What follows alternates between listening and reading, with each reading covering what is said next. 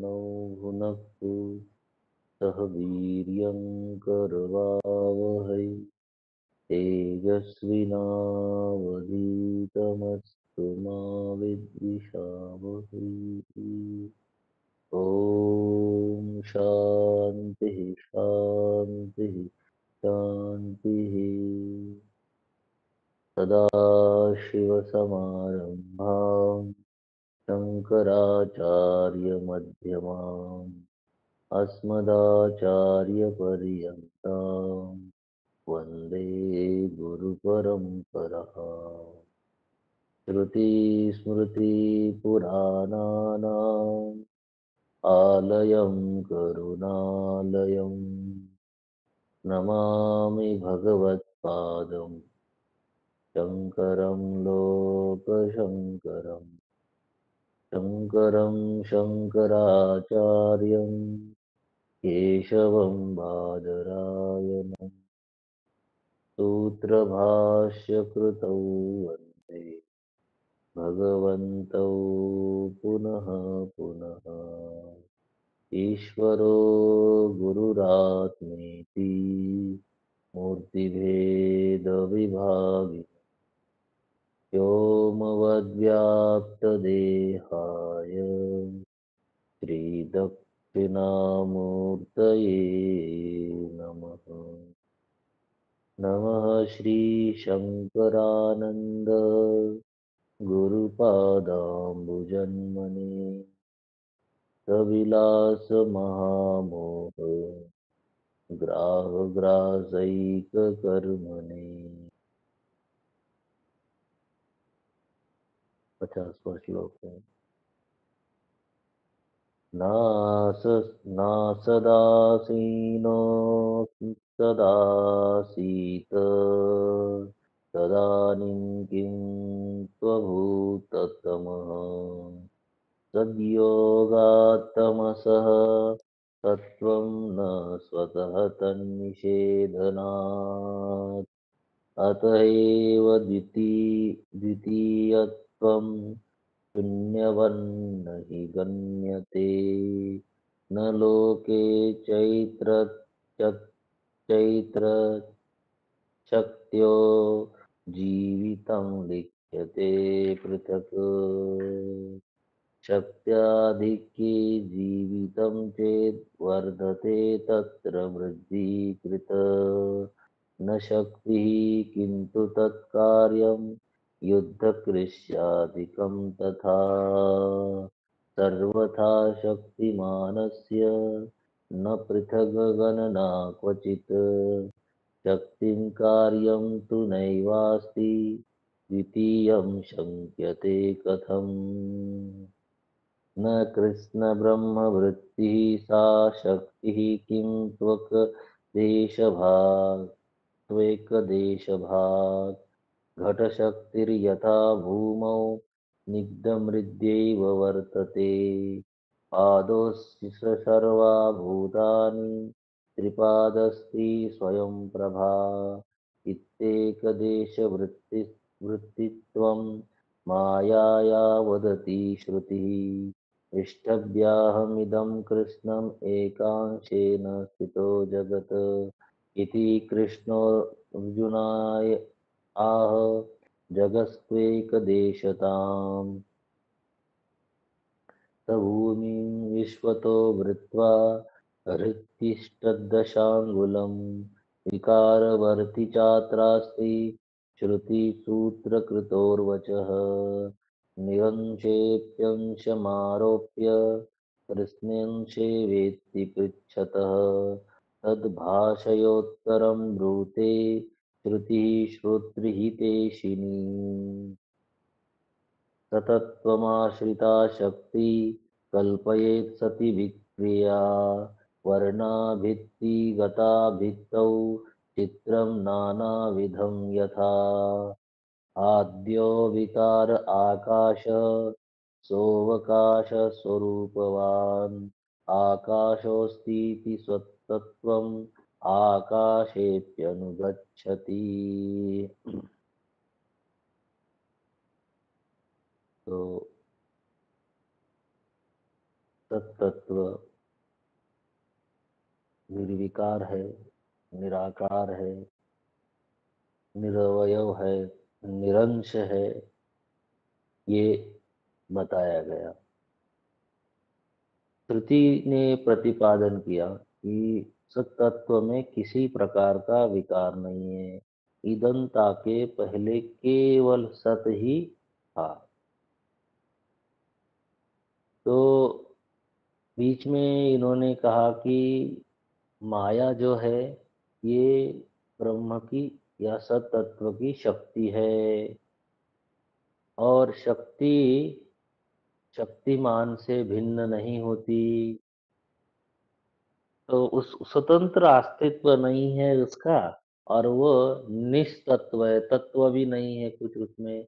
ना उसे सद कह सकते हैं, ना असद कह सकते हैं, लेकिन वो शक्ति है। तो कहने का तात्पर्य क्या है इसमें, तो बोले कि माया कैसी है, बोले कि ना वो सद है ना असद है। तो ये जो माया है, ये कह रहे कि वहाँ तम रूप है केवल। तम रूप अर्थात वहां पे वृत्ति का भी बोध नहीं हो रहा है, ऐसी एक स्थिति है। इसको तमस कहते हैं, जैसे कि वस्तु अंधेरे में जानी नहीं जाती। तो माया को कह रहे हैं कि उस अवस्था में वो उसमें है, ब्रह्म की वो शक्ति है। अब इस प्रकार से जब स्वीकार करेंगे कि ना वो सद है ना असद है, और वो उसकी शक्ति भी है, कहना चाहते हैं कि वो सद वस्तु के बगैर हो नहीं सकती। तो प्रश्न ये उठा, क्यों ना उसको हम फिर शून्य कहें, शून्य की तरह ही फिर वो जाना जाएगा। बोले कि शून्य भी तो जाना जाता है उस सद वस्तु के कारण, उसकी गणना शून्य में भी नहीं हो सकती, क्योंकि शक्ति शक्तिमान में रहती है।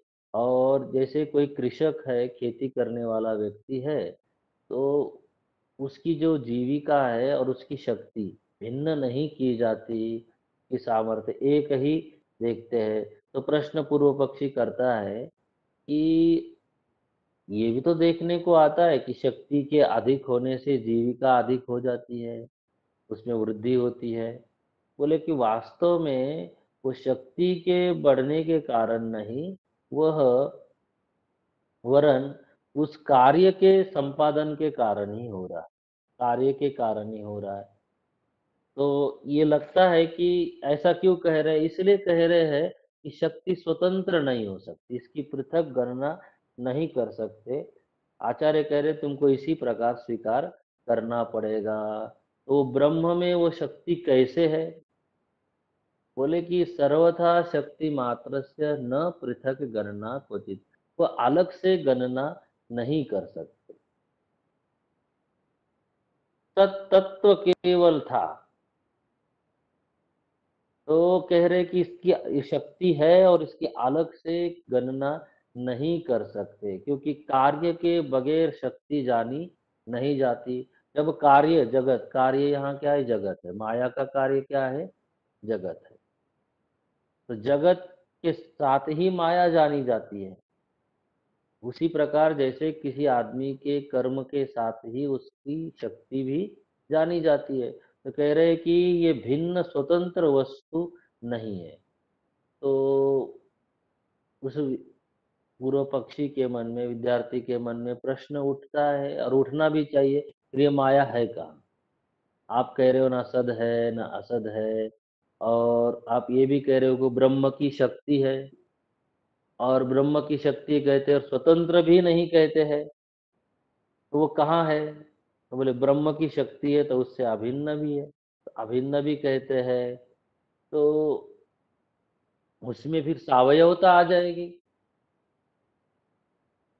तो कह रहे कहाँ पर है ये माया। अब यहाँ पे ब्रह्म के एकांश में, एक भाग में ये माया को स्थित कह रहे हैं। गीता के 10वें अध्याय में भी भगवान ने ये बात बोली है आखिरी में। 7वें अध्याय में उसी माया से इस प्रकार से महत अहंकार इत्यादि उत्पन्न हो रहा है, ये बताया। तो कह रहे हैं कि न कृष्ण ब्रह्म वृत्ति सा शक्ति किंतु एक देश भाव। वो माया शक्ति कहाँ है, किस जगह है, वो कैसी है, ये प्रश्न तो आता ही है। और वह अगर उसमें है तो वो एकांश में स्थित है या सर्वांश में स्थित है। तो विद्यारण्य स्वामी जी कह रहे कि न कृष्ण, सब में ब्रह्म में सब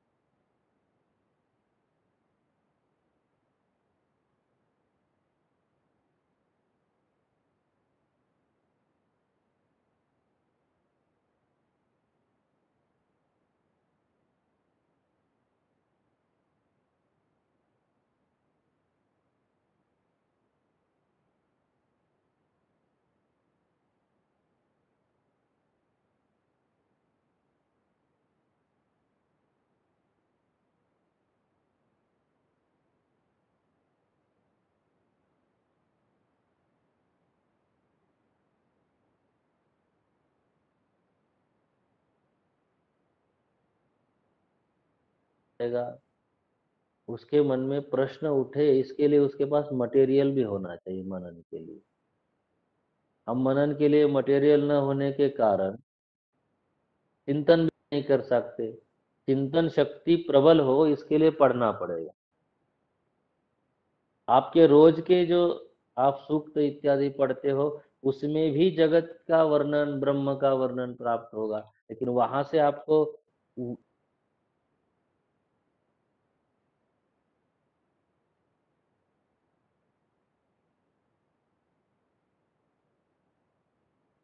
भूतानि द्विपादस्यामृतं दिवि, ये पुरुष सूक्तम का मंत्र है। इन्होंने क्या कहा, पादों से सर्वाभूता, त्रिपादस्य त्रिपादस्ति स्वयं प्रभा, अमृतम दिवी कह रहे, तो यहाँ पे कह रहे स्वयं प्रभा, माने वो स्वयं प्रकाश स्वरूप है ब्रह्म, ज्ञान स्वरूप है वस्तु, उसमें किसी प्रकार का दोष नहीं है, ऐसा निर्दोष तत्व है।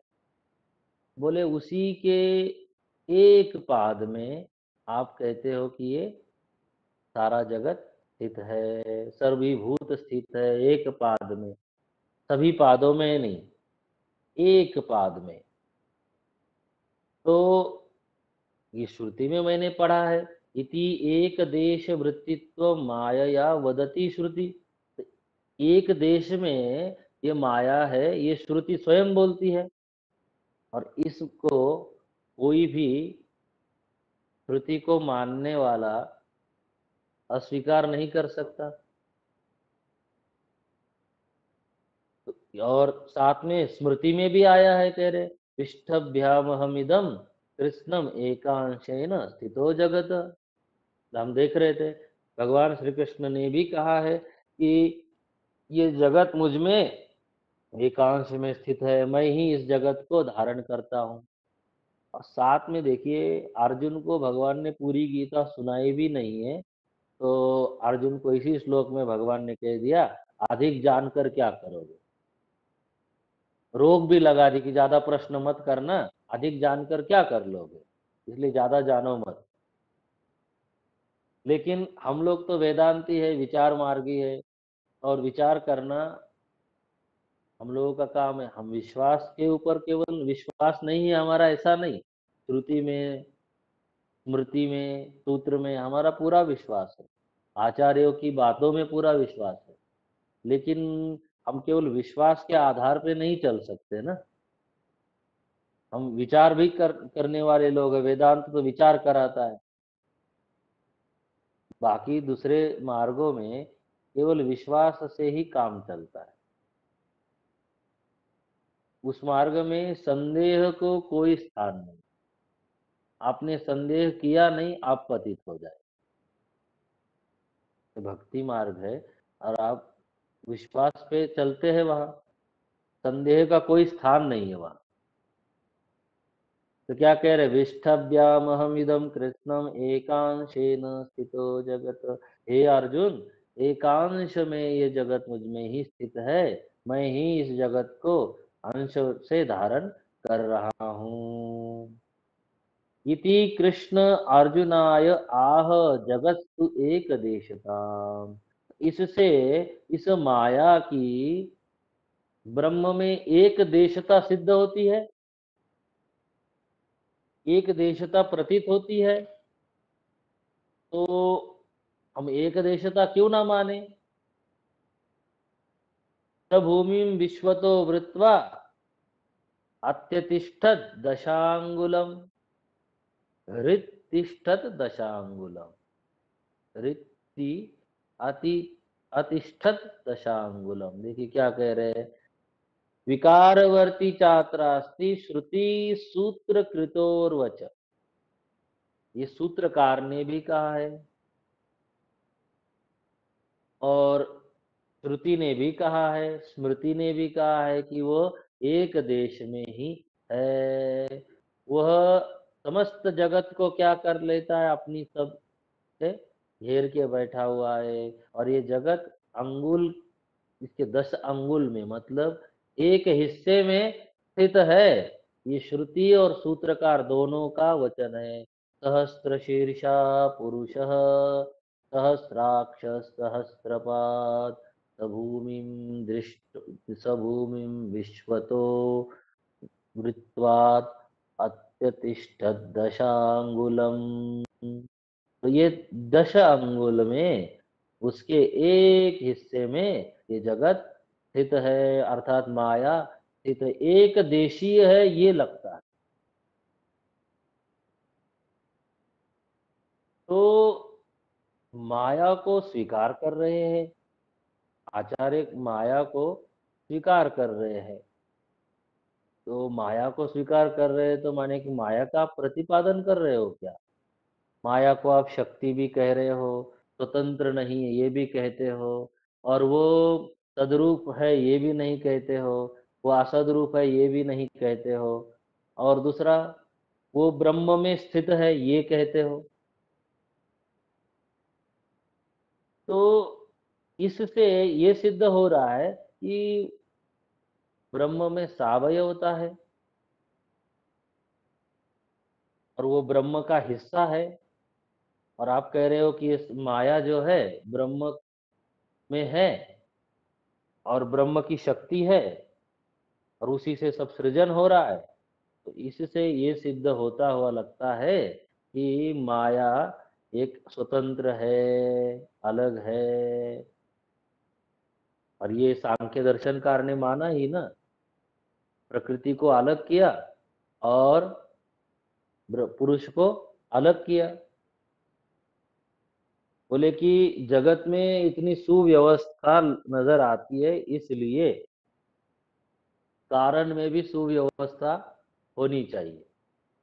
इसलिए इस प्रकृति ही मूल कारण है इस जगत का, प्रधान जिसे वो कहते हैं। उन्होंने भिन्न कर दिया, लेकिन द्वैत मान लिया उन्होंने। उन्होंने कहा पुरुष निर्विकार है, उसने किसी प्रकार का विकार नहीं है। तो इसलिए प्रकृति और पुरुष भिन्न है। और वेदांत कह रहा है माया का कोई ब्रह्म के बिना अस्तित्व नहीं है। तो बोले माया का क्यों आप प्रतिपादन करें, बोले हम माया का प्रतिपादन नहीं कर रहे हैं। माया का प्रतिपादन करना हमारा कोई उद्देश्य नहीं है। हम कोई मायावादी नहीं है, गलत समझ के कारण मायावाद लोग कह रहे हैं। हमें इस जगत की उत्पत्ति बतानी है। और शब्द आया है इदम अग्रे आसीत। इदम की व्याख्या कर रहे हैं ना आप, इदम के पहले सत था, ये कह रहे हैं आप। तो इदम को भी आपको बताना पड़ेगा। इदम की संगति कैसे लगाएंगे? इदम अग्रे आसीत, इदम के पहले था। हम ये कहना चाहते हैं, आपकी बुद्धि में अगर ये बात आ रही है कि माया बिल्कुल असार तत्व है, कोई तत्व है नहीं, माया कोई संगत वस्तु है नहीं, इसकी संगति लगती नहीं है, अगर ये आपको समझ में आ रहा है इतनी मीमांसा के बाद, अगर ये समझ में आ रहा है कि वो ब्रह्म में माया हो नहीं सकती, उसकी शक्ति भी हम बोल रहे हैं, एकांश में स्थित भी बोल रहे हैं, और ये समझ में आता है कि सद वस्तु निराकार निरवय है, ये श्रुति भी कहती है। तो माया असंगत है, तो माया के द्वारा निर्मित कार्य भी कैसा होना चाहिए? असंगत होना चाहिए। आप जगत को असंगत स्वीकार नहीं करना चाहते, माया को असंगत स्वीकार करना चाहते हैं। माया आपकी समझ में नहीं आ रही, क्योंकि विचार करने वाले साधक को बिल्कुल स्पष्ट हो जाएगा कि माया समझ में नहीं आ रही, क्योंकि तत्व सद है और सद में माया नहीं हो सकती। तो विद्यारण्य स्वामी जी कहते हैं, मैं यही तो समझाना चाह रहा हूँ कि माया अगर असंगत है तो जगत भी क्या है? असंगत है। माया अगर वास्तविक नहीं है तो जगत भी वास्तविक नहीं है। यही समझाना चाह रहे हैं कि क्या कहते हैं, निरंशेपि अंशम आरोप्य।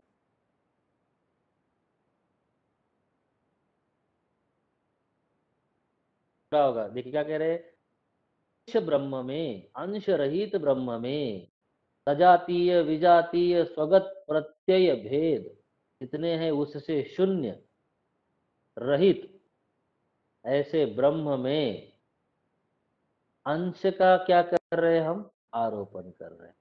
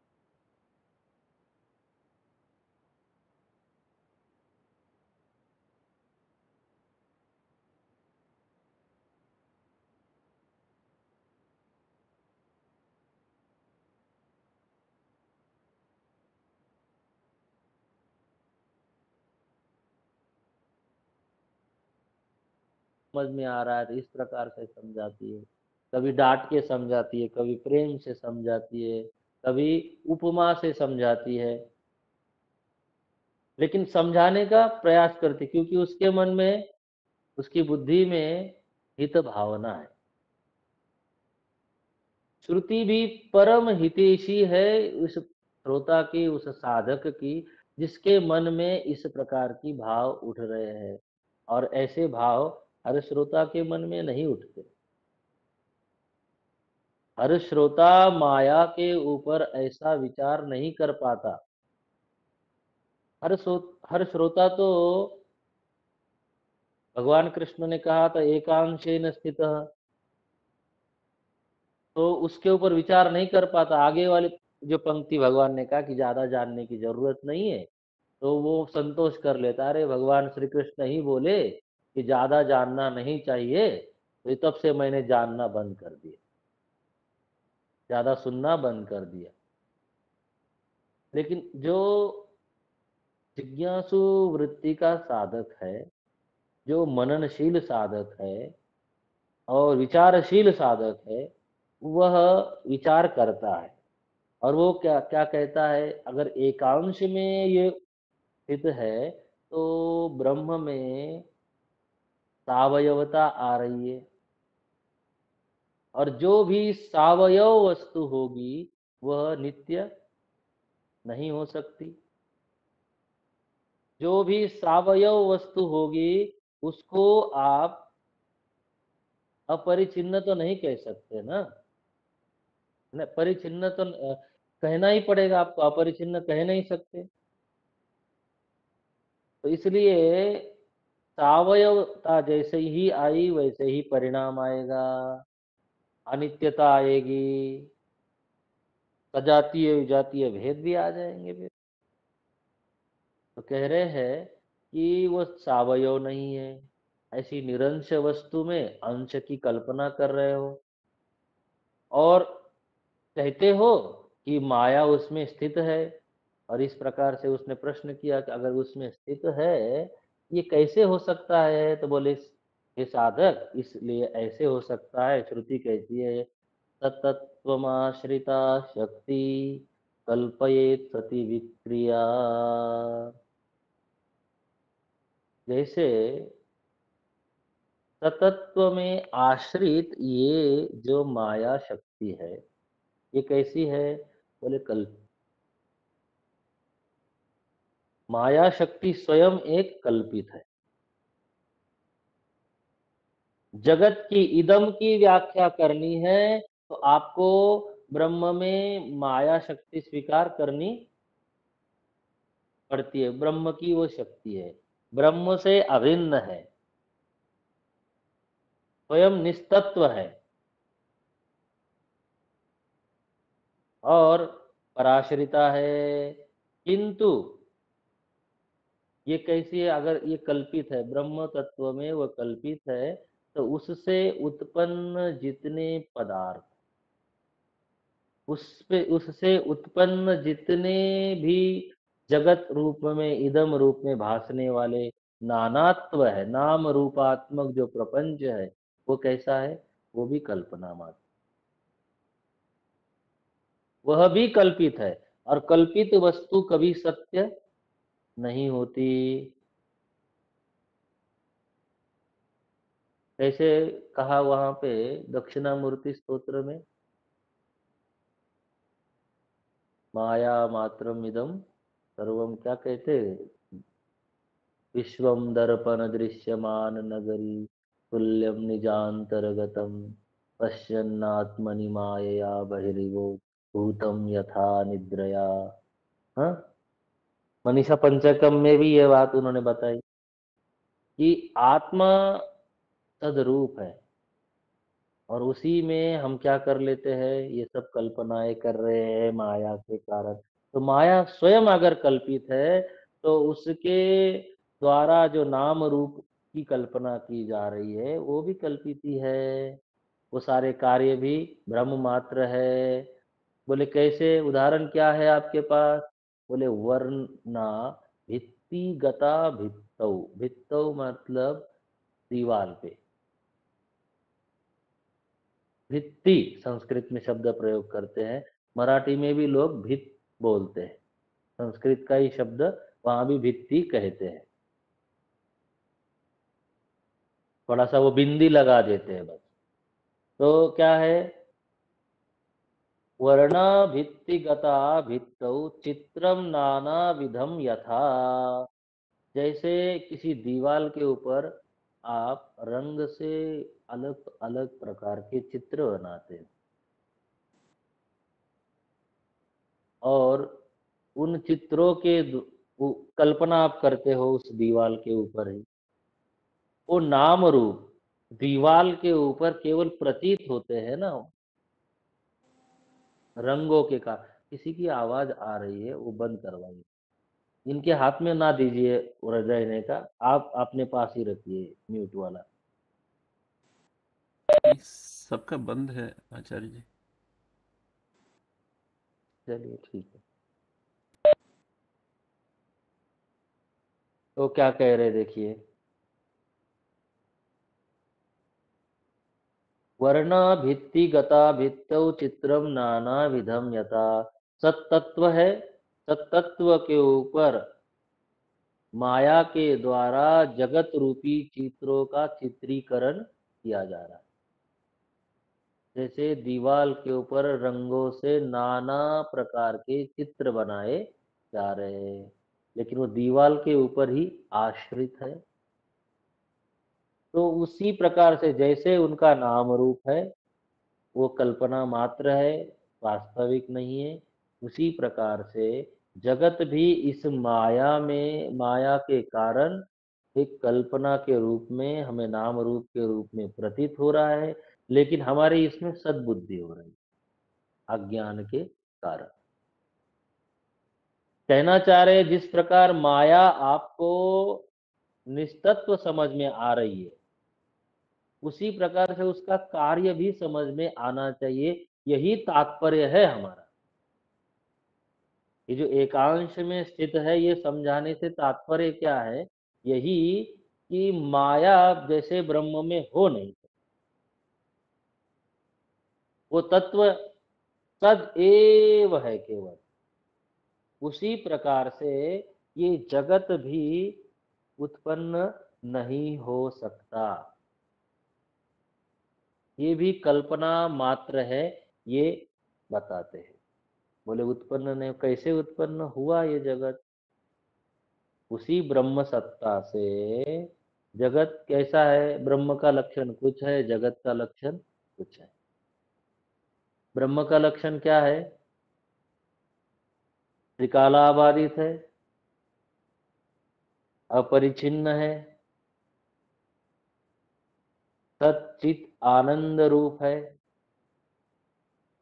तो जगत का लक्षण क्या है? परिछिन्न है, नष्ट होने वाला है, ना सदरूप है, ना असद रूप है, आनंद रूप भी नहीं है, नित्य परिणामी है। तो ऐसे भिन्न लक्षणों वाला जो जगत है, वह आप सद मान बैठते हो। सत तत्व के ऊपर ही ये माया आश्रित है, और माया के द्वारा निर्मित मायिक जगत, ये भी उसी तत्व के ऊपर फिर क्या है? आश्रित है। उसके बगैर ये प्रतीत हो नहीं सकता। इसी को हमारे वेदांत का विवर्तवाद कहते हैं। मुझे लगता है अब माया पूरी समझ में आ गई हो। इसी को हमारा वेदांत का विवर्तवाद कहते। ब्रह्म के ऊपर ही ये जगत अध्यस्त है। कैसे हम कहते हैं ना कि जगत का कारण ब्रह्म है, वो कैसे कारण है ये देखिए। किस प्रकार से वो कारण बन रहा है। उपादान भी वही बना और निमित्त भी वही बना। माया की उपाधि से वो निमित्त कारण बना, और सो की उपाधि के कारण वह क्या बोलते हैं, उपादान कारण बना। निमित्त और उपादान देखिए क्या कह रहे हैं। उसी ब्रह्म के ऊपर ये नाम रूप केवल और केवल अध्यस्त है। नाम रूपों की भिन्न सत्ता नहीं है, ये समझ में आना चाहिए। इसीलिए ये प्रकरण उठाया। हमें माया का प्रतिपादन करने में जरा भी दिलचस्पी नहीं है, ना हमारा लक्ष्य है वेदांतियों का। ये चीज न समझने के कारण लोगों का वेदांतियों को मायावादी कहने का ये स्वभाव बन गया है। इसीलिए वो आरोपण करते हैं। और ये प्रकरण जितना यहाँ पे विस्तारित है, आपको कहीं पर भी नहीं मिलेगा। ये पंचदशी की विशेषता है। थोड़ा आप जब ब्रह्मसूत्र की विवरण टीका पढ़ेंगे, थोड़ा बहुत वहां पे विचार इस पे किया गया है विस्तार से। पंचपादिका की टीका है, विवरण टीका। तो कहने का तात्पर्य है, पंचदशी को अगर आप इस ढंग से पढ़ लेते हैं तो बड़े बड़े ग्रंथों में प्रवेश आसानी से कर सकते हैं। अब इसी सत तत्व से कैसे सृष्टि उत्पन्न हुई, और इसी माया से ही कैसे पहला विकार उत्पन्न हुआ और कैसे ये आकाश तत्व उत्पन्न हुआ, क्योंकि न्याय दर्शन ने और वैशेषिक दर्शन ने कहा कि कोई भी पदार्थ होता है तो वो आकाश में होना चाहिए। आकाश के बाहर कोई पदार्थ नहीं हो सकता। क्यों? क्योंकि आकाश विभु है, सूक्ष्म है, व्यापक है, निरवयव है। विभु भी लोग कहते हैं आकाश को। तो आकाश में ही सत्तत्व होना चाहिए, ये उनका कहना है। तो आकाश का इस तत्व के साथ क्या भेद है, ये बताते हैं, क्योंकि सत तत्व स्वयं है, न कि आकाश में। ये बताने के लिए आप धीरे आकाश के ऊपर विचार कराते, एक एक महाभूत पे विचार हुआ है। आकाश इस सूक्ष्म महाभूत के ऊपर आप विद्यारण्य स्वामी जी विचार कराते हैं। क्या कहते हैं? आद्य विकार आकाश, पहला माया का विकार है। पहला कहने की जगह अव्यक्त से महतत्व अहंकार, ये अहंकार महतत्व आकाश, इस प्रकार से उत्पत्ति हुई है। लेकिन यहाँ पे आकाश को पहला विकार कह रहे हैं। बोले आकाश, आद्य विकार आकाश, पहला विकार आकाश उत्पन्न हुआ। ये कैसा है? सह अवकाश स्वरूपवान, ये दूसरों को अवकाश प्रदान करता है। ये हर चीज को अवकाश प्रदान करने के कारण क्या कहते हैं? कि आकाश कहते हैं। दो वस्तुओं के बीच में भी आकाश रहता है, दो कणों के बीच में भी आकाश रहता है। आकाश ऐसा है कि सर्वगत है।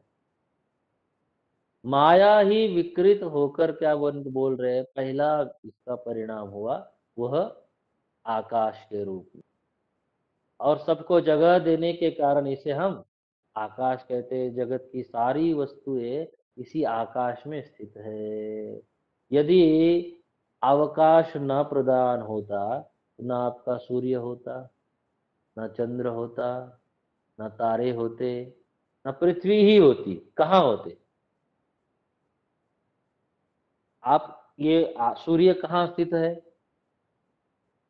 आकाश में। पृथ्वी आकाश में स्थित है, चंद्र आकाश में स्थित है। ये सबको अवकाश प्रदान कर रहा है। आकाशोऽस्ति इति तत्तत्वम् आकाशे अपि अनुगच्छति।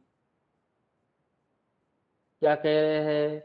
आकाश की स्वतंत्र सत्ता नहीं है।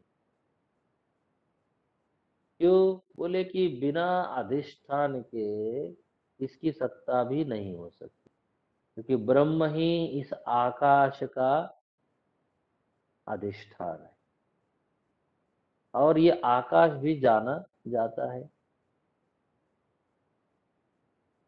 सामान्य रूप में आप देखेंगे, आकाश को आप जब क्या समझते हैं? ये खालीपन, स्पेस को आप आकाश कहते हो, जगह को, खाली जगह को। तो जो अवकाश है ये भी जाना जाता है। एक वस्तु से दूसरी वस्तु के बीच का अवकाश जाना जाता है। अंधकार और प्रकाश के बीच में से भी जो जितना आकाश बचता है, वो आकाश भी देखा जा रहा है, दृश्य बन रहा है वस्तुओं की उपाधि के कारण भले ही, लेकिन देखा जा रहा है। और ये दृश्य बन रहा है, तो जो दृष्टा होगा, आकाश की जो अनुभूति होगी, हो रही है जिसे, वह आकाश में नहीं हो सकती।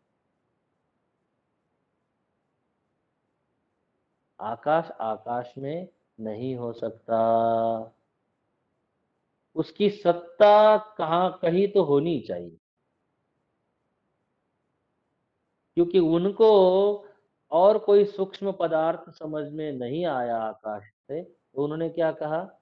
आकाश ही अंतिम है, आकाश में ही सारी चीजें हैं, और आकाश में कोई परिणाम नहीं होता है। तो लेकिन वेदांत ये कहता है कि आत्माश्रय दोष इसमें आता है।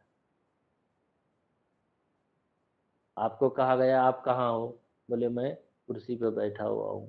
कुर्सी कहाँ है, बोले कमरे में है। कमरा कहाँ है, बोले मकान में है। मकान कहाँ है, बोले नगर में है। नगर कहाँ है, एक देश में है। देश कहाँ है, हाँ एक पृथ्वी पे है। पृथ्वी कहाँ है, आकाश में है। फिर आकाश कहाँ है, बोले आकाश में है।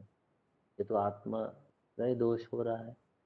फिर कहा कि आकाश कहाँ है, तब पता चलता आकाश मन में है। फिर आपको पूछा गया मन कहाँ है, तो मन बोले देह में है। फिर देह कहाँ है, फिर वही कहीं दोष नहीं हो रहा है। आश्रित दोष आ रहा है कि कहीं पर भी आश्रय सिद्ध नहीं हो रहा है।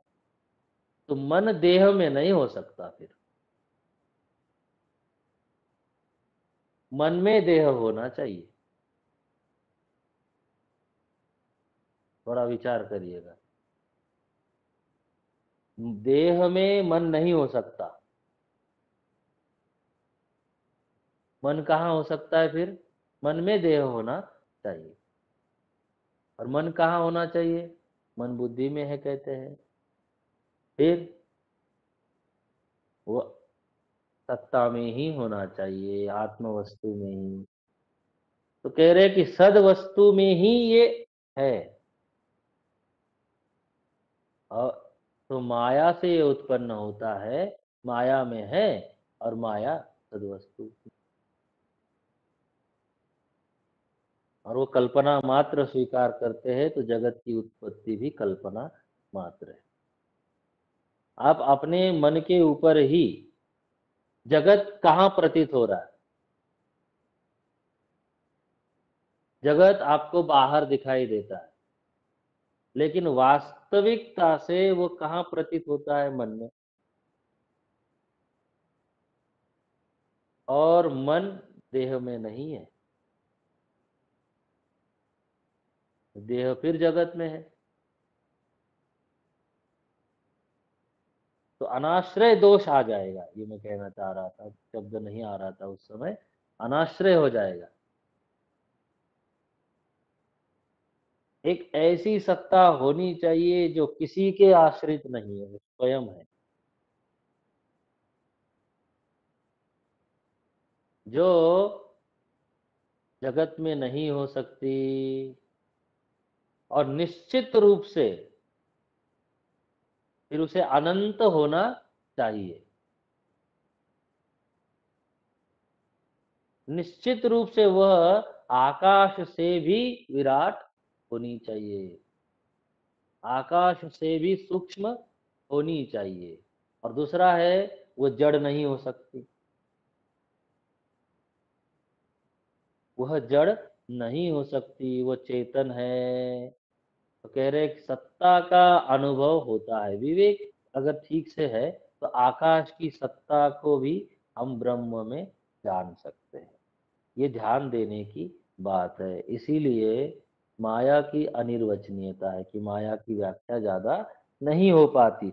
एक स्वभावम सतत्वमाकाशो द्विस्वभावक ना नौ नौ आकाश सति योम्नि सचेशोऽपि द्वयं स्थितम्। क्या कह रहे हैं, ये जो सत तत्व है, इसका स्वभाव क्या है। इसका स्वभाव है कि ये सदरूप है, चिद्रूप है, आनंद रूप है। और आकाश का स्वभाव क्या है, इसका स्वभाव है कि ये अवकाश प्रदान करता है, अवकाशात्मक है। तो सदवस्तु में किसी प्रकार का अवकाश तो है नहीं। अवकाश माने उसमें कोई अवयवता सावयवता है नहीं है, कोई भेद नहीं है। अवकाश है ही नहीं, वो एक है। एक होने के कारण उसमें किसी प्रकार का अवकाश तो है नहीं। और आकाश का सद स्वभाव तो उसका है ही नहीं। हमको सद लगता है, लेकिन वो सद तो है ही नहीं।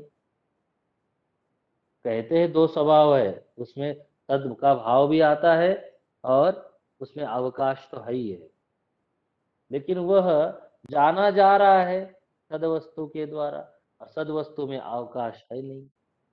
आकाश सद लगते हुए भी उसमें क्या है, उसमें अवकाश प्रदान करने का स्वभाव है।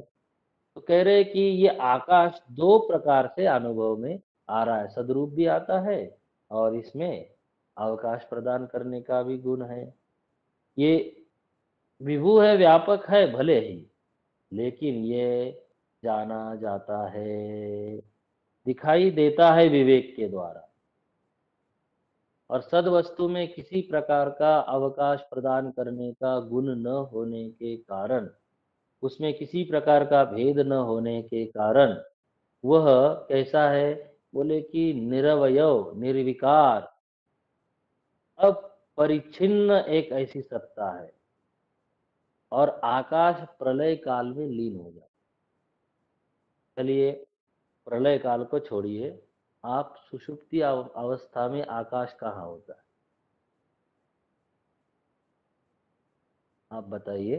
सुषुप्ति काल में आकाश कहाँ होता है, वहां तो दिखाई नहीं देता आकाश। ना आकाश का बोध होता है, ना जगत का बोध होता है, ना प्रपंच का बोध होता है। केवल और केवल अभावाकार वृत्ति रहती है। और आकाश किसी का न होने का नाम तो केवल आकाश नहीं है। चलिए कोई वस्तु नहीं है वहां, लेकिन आकाश की स्वयं की तो सत्ता है, वो अवकाश रूप है, एक महाभूत है वो। और आकाश सुषुप्ति में ही नहीं रहता है, तो प्रलय काल में आकाश कहाँ रहे। प्रलय काल में सारे जीव, सारी प्रकृति जब लीन हो जाती है अव्यक्त अवस्था में, उस समय आकाश कहाँ रहता है। बोले केवल मैं रहता हूं, भगवान ने कहा था, अहमेवासमेवाग्रे, केवल मैं ही था इस जगत के पहले। माने क्या, आकाश के पूर्व भी केवल सत्ता एकमात्र उपस्थित है, अन्य कुछ है नहीं। आकाश में उसके गुण भी प्रकट होते हैं, आकाश में ध्वनि भी प्रकट होती है। आकाश का गुण है ध्वनि, उसकी तन्मात्र है शब्द, और ध्वनि जानी जाती है अर्थात दृश्य बनती है। ध्वनि दृश्य बनती है, चित्त भाष्य है वो। तो आकाश क्या है, बोले आकाश तो गुण वाला है, और तत्व कैसा है, निर्गुण। ये आकाश में और तत्व में मौलिक भेद है, ये जान लेना चाहिए। यद्वा प्रतिध्वनिर्निर्व्योम्नो गुणो नासो सतिक्षते, योम्नि द्वौ सदध्वनि तेन सदेकं द्विगुणं वियत। आकाश में प्रतिध्वनि अथवा आकाश में प्रतिध्वनि उसका गुण है, और गुण तत्व में कभी दिखाई नहीं देता। ना उसमें शब्द है, ना रूप है, ना रस है, ना गंध है, ना स्पर्श है, कुछ भी तो नहीं है, वो तो केवल सदरूप है। लेकिन आकाश में प्रतिध्वनि ये गुण दिखाई देता। पीछे हम देख चुके हैं, महाभूतों का विचार जब चल रहा था कि क्या ध्वनि थी उसमें, बोले प्रतिध्वनि वियत, आकाश में ये दिखाई देता है।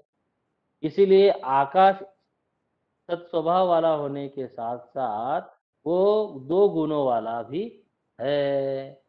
अवकाश के साथ साथ वो शब्द को भी धारण करता है। अब कह रहे हैं कि ये जो आकाश है, इसके ऊपर जब आप विचार करते हैं तो क्या समझ में आता है। देखिए कहते हैं कि या शक्ति कल्पयेत व्योम, जिस माया शक्ति की आप कल्पना कर रहे हैं, जिस माया शक्ति के द्वारा आकाश की कल्पना कर रहे हैं, वह आकाश की कल्पना है, तो सद्वस्तु और आकाश में अभेद उत्पन्न कराने का प्रयास करते हैं। कैसे? लगता है कि ये सत्य है, और धर्मीपन, ये दोनों, धर्म हमेशा धर्मी में रहता है। तो ये कल्पना करते हैं, हम विपरीत कल्पना कर रहे हैं, आकाश में हम आरोपण कर रहे हैं। तो माया का काम है अज्ञान और आवरण तथा विक्षेप। अज्ञान का नाम है आवरण और विक्षेप का नाम है जगत।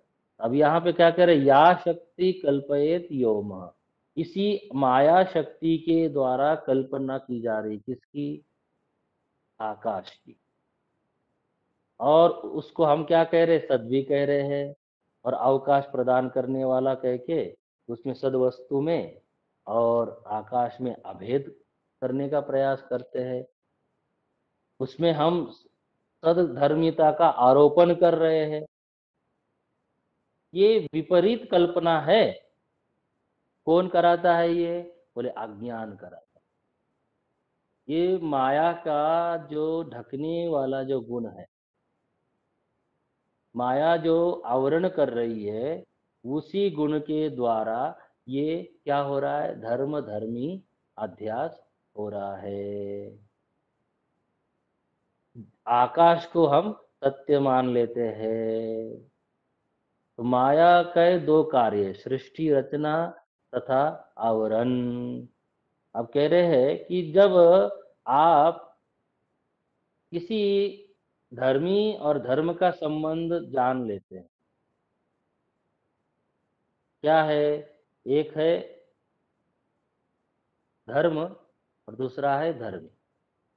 धर्म जैसे अग्नि का धर्म है उष्णता, और अग्नि है धर्मी, तो वो अग्नि का आश्रय लेकर ही रहता है। तो क्या कह रहे हैं, माया जो है वो ब्रह्म तत्व में रहती है, और ब्रह्म तत्व कैसा है? व्यापक, सर्व। अब सर्वगत तो हम जब जगत होगा तभी कहेंगे। वह व्यापक है, अपरिछिन्न है। तो वो आकाश में भी रहेगा, क्योंकि माया ब्रह्म की शक्ति है, तो माया का कार्य जगत है, आकाश भी है। तो आकाश में भी सत्ता रूप से सत्ता प्रदान कर रहा है। इसके लिए आपको कार्य कारण संबंध समझना। कार्य कारण संबंध क्या है? कार्य में कारण हमेशा व्याप्त होता है।